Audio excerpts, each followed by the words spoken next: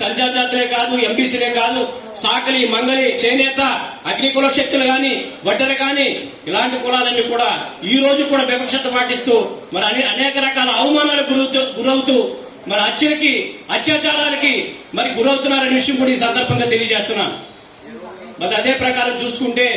మరి బీసీల్లో కూడా ముందుకు రావాలంటే మన కింద వాడిని చూసి మనం ఆనందపడడం కాదు, మన కింద వాడిని చూసి మనం కలుపుకొని ముందుకెళ్లి మనం అనుకున్న సాధించుకున్నప్పుడే మనం ముందుకెళ్ళగలుగుతాం తప్ప కేవలం మన కింద వాడిని చూసి, ఆడికన్న కింద వాడిని చూసి ఆనందపడిపోయి మనం ఏదో సాధించామన్న భ్రమలో ఉండిపోతే మాత్రం మన బీసీలకి ఎప్పటికీ రాజ్యాధికారం రాదు. కాబట్టి ప్రతి ఒక్కరు కూడా ఒక సైనికుల్లాగా ఈ రోజున బీసీ సేన అనేది ఒక సైనిక బీసీలకు ఒక ఉద్యమంగా సైన్యాధిపతిగా మన సొంటి నాగరాజు గారు ముందుకు వచ్చారు. కాబట్టి ఆ నాయకుడికి మనమందరం కూడా అండదండలుగా ఉండే ఆయన నాయకత్వాన్ని ఈ రాష్ట్రానికి, ఈ జిల్లానికి, ప్రతి మండలంలో, గ్రామ స్థాయిలో కూడా మరి ఆ నాయకత్వాన్ని మరి తీసుకెళ్లాల్సిన బాధ్యత కూడా ప్రతి ఒక్క బీసీ సోదరులకు ఉందనే విషయం కూడా ఈ సందర్భంగా తెలియజేస్తున్నాం.